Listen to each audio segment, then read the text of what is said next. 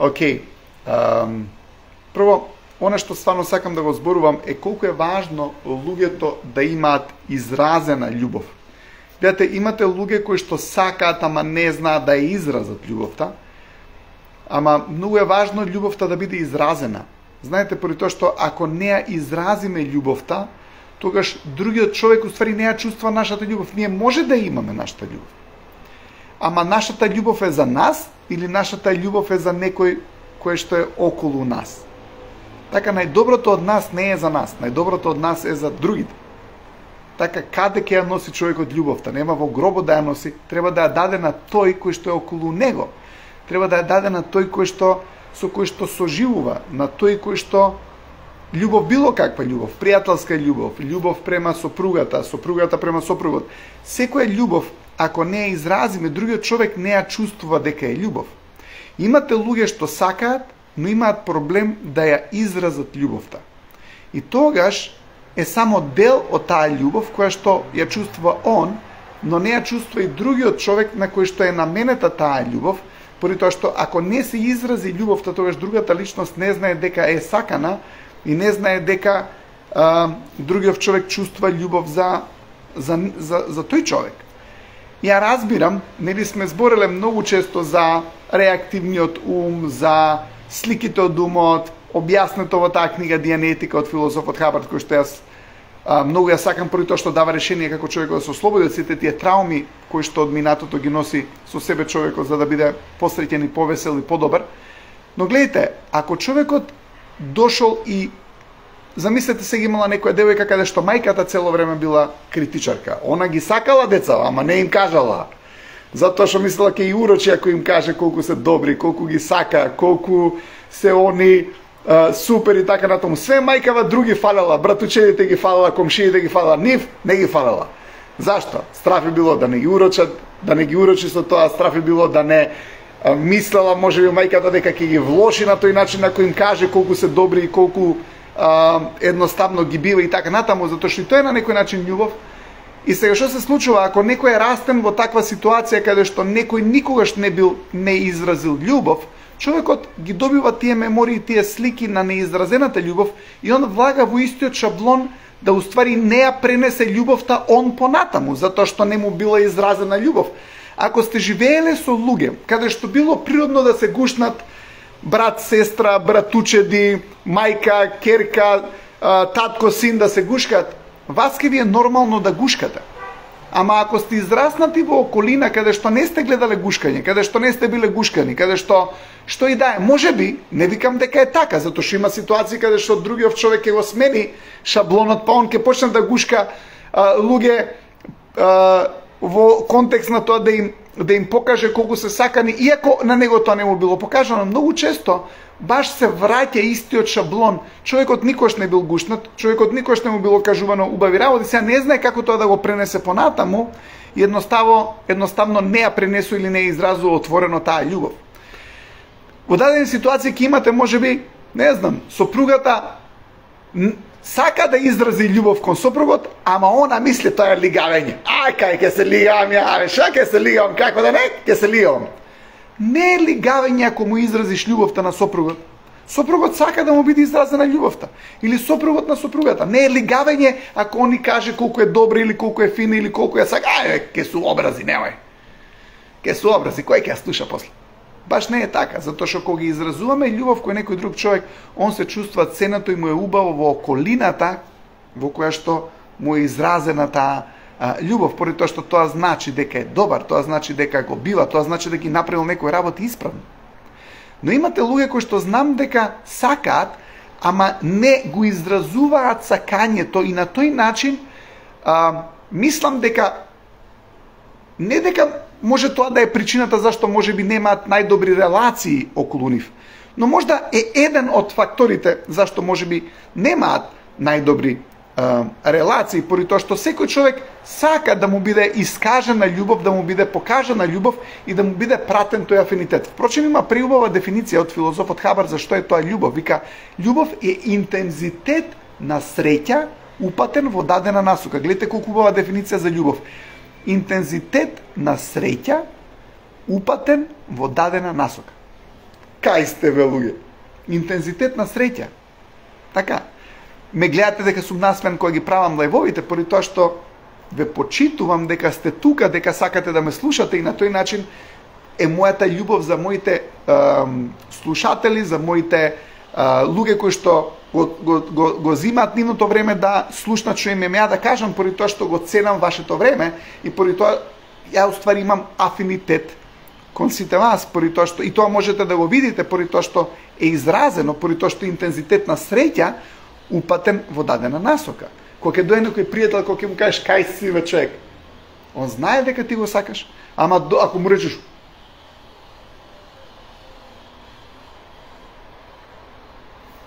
ти може си викаш те сакам, ама он не знае дека го сакаш у тој момент. Он може би знае дека ти по дефолт го сакаш, ама он не знае дека у тој момент те сакам.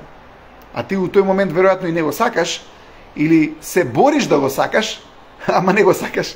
Поради тоа што имаш внатрешна борба дал да го сакаш или да не го сакаш, секојаш убаво луѓе да сакаме, поради тоа што на тој начин ние сме во нашата емоција. Ние живееме во љубовта ако ја покажеме љубовта на околината. Кој живее во љубовта? Ние. Тој што ја покажува љубовта на околината и кој што стварно ја сака околината, тој живее во љубовта. Тој живее во својот убав свет, поради тоа што работите околу биваат препознаени дека се добри и тоа е на некој начин љубов. И уште еден цитат од филозофот Хабард вели: главна состојка на компетентноста е уживањето. Сега ќе зборувам малку за работа, например. Кога имате некој човек кој што си ја сака работата, главната состојка вика на компетентност е уживањето. Сега, од Хабард цитатот. Сега, гледате колку интересно. Ако ја уживам во моите предавања, вие ме доживувате дека сум компетентен предавач, а тоа е поради тоа што ја уживам во предавањето. Кога човекот сака нешто, он ќе ги најде зборовите, он ќе го најде знаењето, затоа што љубовта и знаењето идат едно со друго.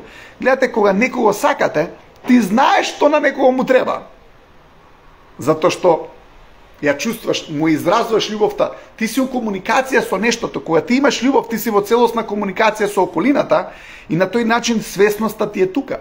Ама ако некого не сакаш, гледаш, ја повлекуваш љубовта од таа околина, не мора да е човек, може да више не ги сакаш телефони, више не го сакаш компјутерот, што и да не сакаш веќе учењето, вум, ја повлекуваш љубовта накај тебе и поради тоа што не е љубовта помеѓу тебе и тоа кое што го сакаш, ти ја немаш свесноста за тоа што е пред тебе, ја немаш комуникацијата, не си у комуникација, не си у релација со тоа што е пред тебе. И ако ти не си у релација со тоа што е пред тебе, едноставно како ќе имаш успех со тоа што го правиш.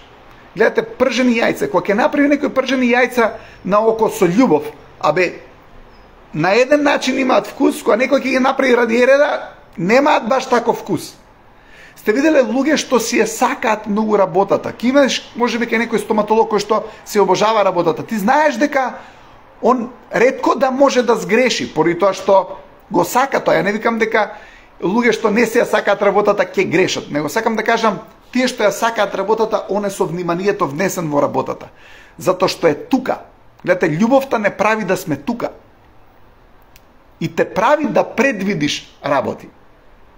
Сте виделе на почетоците на врските, кога љубовта е интензивна, ти можеш да предвидиш што на другиот човек му треба, што треба да му кажеш, што му фали. Ама после кога љубовта ќе спласне, го нема вниманието на другиот човек поради тоа што на некој начин и љубовта е намалена. Сега некој ќе рече да бе љубовта не се намалила, ја чувствам. Не, тоа ја мислам дека е по дефолт зборење. Мислам дека искрено не е така.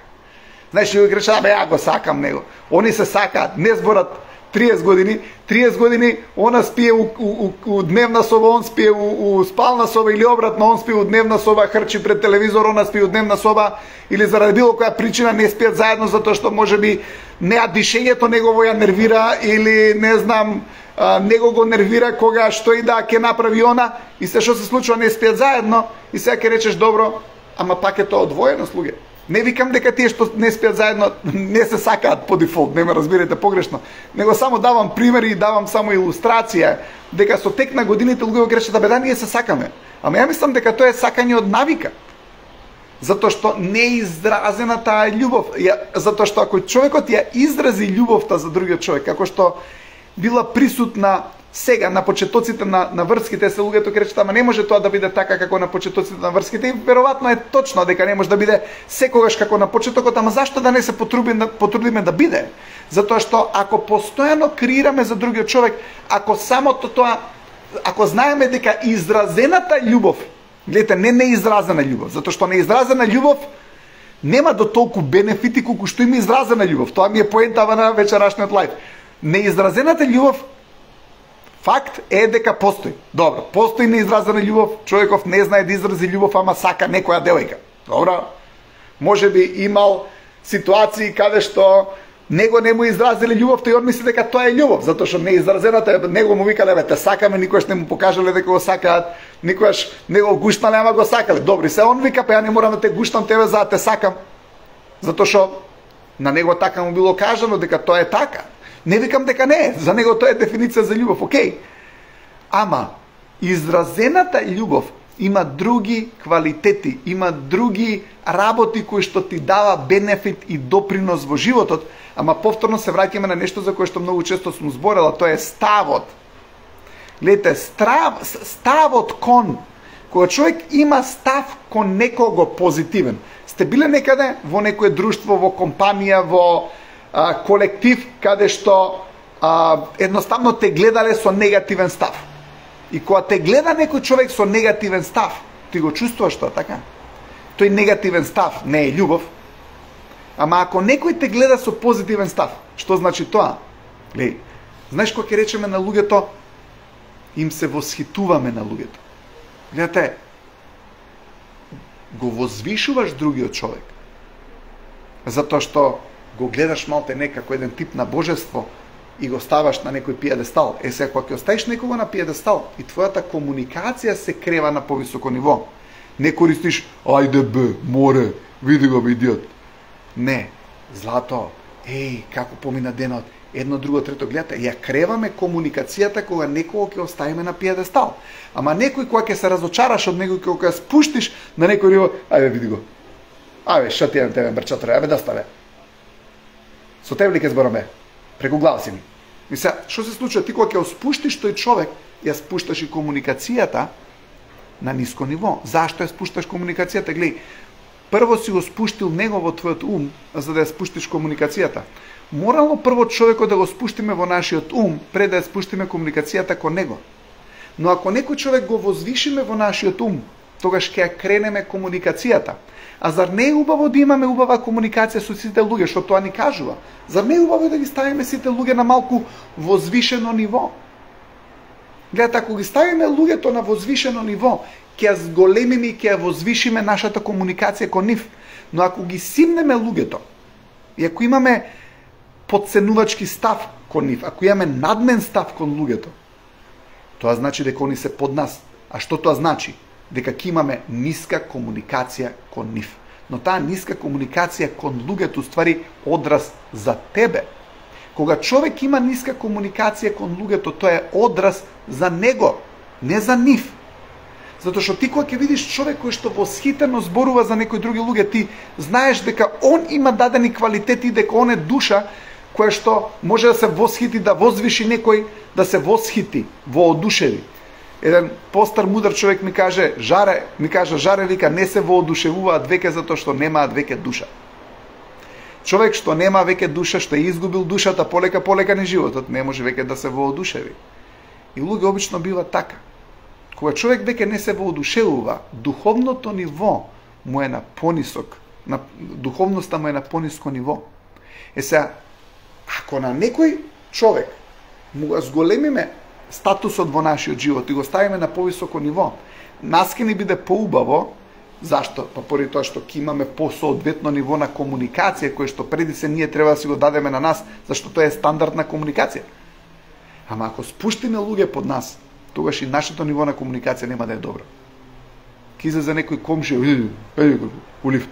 Ки излезеш ти у лифт, комшијава 50% ти го симнал денот затоа што која комшијава е во лифт и е намќор и он ни добар ден не ти кажува, гледате, што сваќаш ти за тој човек? Ти сваќаш за тој човек дека уствари он ставот кон животот не му е добар.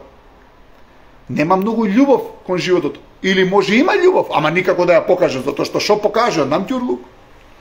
И кога ти влезе таков некој комшија во лифт, едноставно ти е шубе да влезеш у лифт со него, заради си викаш да не се заглеи лифтот од енергијава некаде, по скали ке сидам. Затоа што не е добра енергијата. Видете, поентата што ми е, дека у суштина енергијата која што зрачи од нас, кажува работи за нас. А што прави енергијата да зрачи од нас? Каков став имаме за околината? Што значи мораме да сме заљубени у околината. Колку повеќе сме заљубени у околината, поубаво се чувствуваме ние. Затоа што кај живееме ние? На осамен остров? Не, ние живееме во околината. И колку поубаво се однесуваме кон околината, колку поубава релација имаме со околината, што ја отсликува нашата релација со околината и што прави квалитетна релација на човекот со околината е ставот што тој го има пред кон околината. Ако човекот има лош став кон околината, тој не може да има добри релации со околината. Ако човек има добар став кон околината, он ќе има високо квалитетни релации со околината и ќе има супер комуникација со околината. Замислете, имате некоја мајка која што има лош став кон синот. И се она затоа има лоша комуникација кон синот, затоа што има лош став. За никаде е, ленчуга, мрза е, не го бива за ништо, катастрофа. И се ти ќе кажеш, ставот треба да се смени. Ама она ако не верува во тој став, може би ќе му каже 5 пати, ај сине, добар си сине, и после тоа овој нешто ќе направиш, она мисли дека е грешка, ај тебе, каков добар став бе, ти си за никаде, знаеш што не те било. Пак и па е комуникацијата зашто она стварно не го сменила ставот. Она уствари не го сменила ставот кон синот. Ама ставот е искрениот однос што ние го имаме со околината. Ја разбирам дека имаш луѓе што те канат да не ги сакаш. Но, ајде да видам се дали ќе најдеме многу убав цитат. Немав идеја да го читам, ама може би е добро да го прочитам сега. Преубав цитат, баш на оваа тема. Ајде да видам се дали ќе успеам да го најдам. Поентата ми беше дека може би луѓето те канат да не ги сакаш, но то тебе е дали ти ќе се откажеш од тоа да ги сакаш луѓето или не. Преубав текст е ова од филозофов Хабард, се вика што е големина. Се мисли како големина, како битие и како човек. И гледате што вика. Вели, најтешката задача што човек ќе има е да продолжи да ги сака своите пријатели наспроти сите причини зашто не треба. И вистинскиот знак за здраворазумност и големина е да се продолжи, да се сака, се мисли. За оној кој што може да го постигне ова, постои изобилство од надеж. За оној кој што не може, постои само тага, омраза и очај. А овие не се нештата од кои што се сочинети големината или здраворазумноста или среќата. Главната стапица е да се подлегне на поканата да се мрази. Гледате колку убав текст, што е големина. Продолжуваш да ги сакаш другите околу тебе наспроти сите причини зашто не треба. Гледате, вели вака. Вистински големиот човек едноставно одбива се промени кога врз него ќе се направат лоши акции. И вистински големиот човек ги сака своите пријатели поради тоа што тој ги разбира нив. Вели вака, потребна е вистинска јачина да се сака човекот и да се сака наспроти сите покани да се направи спротивното, сите провокации или сите причини зашто не треба. Среќата и јачината обстојуваат само во отсуство на омраза. Само да се мрази е патот кој води кон катастрофа, да се сака е патот на јачината, да се сака наспроти се е тајната на големината. И можеби ова е најголемата тајна во овој универзум. Вау! Кога некој ве кани, гледате, кога некој ве кани да не го сакате, окей, тоа е неговата покана. Но не морате да не го сакате. Не морате да не го сакате. Поради тоа што сакам само и уште еден збор да објаснам, чисто само да видам дали го преведов све како што треба. Но не морате да не го сакате, затоа што кога луѓето победуваат во односот со нас, кога ќе прекинеме да ги сакаме, затоа што ни спровоцирале, си се разочарал од нив. Сега те зезнале. Зашто? Па заради тоа што почнуваш да не ги сакаш и живееш во својата тага, омраза и очај, а тоа не е нешто кој што едноставно кој што треба да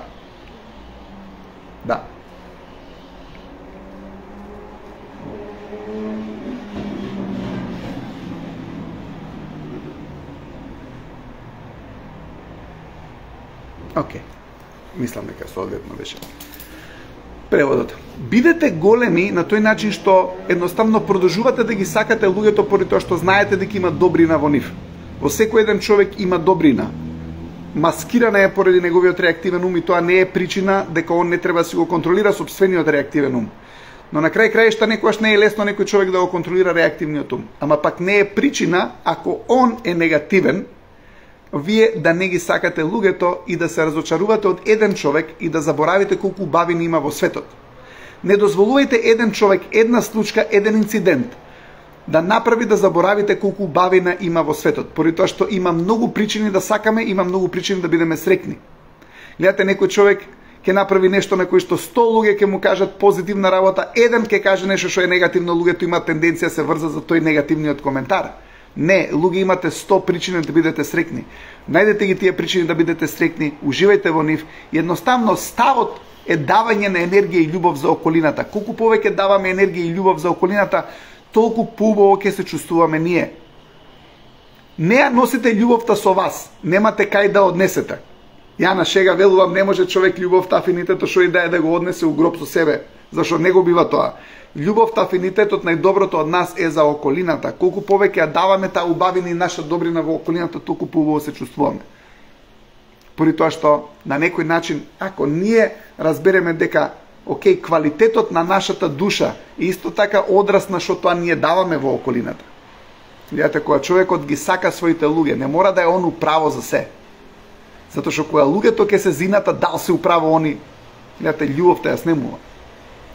Не викам дека не сме управо, можеби другиот човек греши, но помогнете и тој да види дека самиот тој греши. Поентата е дека љубовта која што сме ние, затоа што мислам дека ние сме љубов, ние сме изградени од љубов, ние тоа сме како духовни битија, таа се губи во текот на животот и кога паѓа на пониско и на пониско ниво. Гледате, кога паѓа љубовта на пониско и на пониско ниво, тогаш и нашата духовна состојба паѓа на пониско и на пониско ниво. Мораме да најдеме причини да сакаме и мораме да најдеме причини да му се радуваме на животот. Ја имам овдека околу 130 причини, толку луѓе се моментално на лајвов, да бидам среќен и уште еден куп причини поради тоа што животот има толку многу убави нешта за кои што човекот може да биде среќен и да биде радосен. Дајте ги, работите на околината и едноставно уживајте во тоа што го давате на околината, поради тоа што колку повеќе даете на околината, верујте ми, универзумот ќе ви врати, можеби нема да ги врати од истите луѓе кои што сте му дале љубов и посветеност и внимание, едноставно ќе дојдат од разни места, поради тоа што да, огледало е универзумот, тоа што го давате, тоа и ќе го добиете назад. Така да, давајте убавина, давајте љубов и едноставно оставите универзумот да ви изненади со тоа што ќе ви дојде повторно на вас. Најдоброто од нас не е за нас, најдоброто од нас е за околината. Така да, ви благодарам што го давате најдоброто од вас за мене. Секој понеделник, среда и петок се обидувам и ја да дадам најдоброто од мене за вас.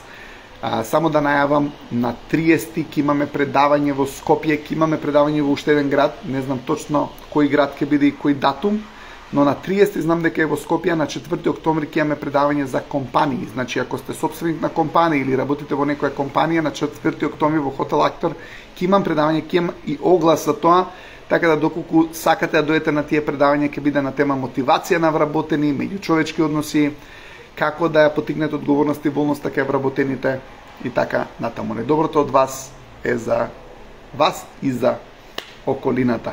Нема да го однесете некаде тоа. Во вас е, треба да го даете на тие што се околу вас. Чао, поздрав!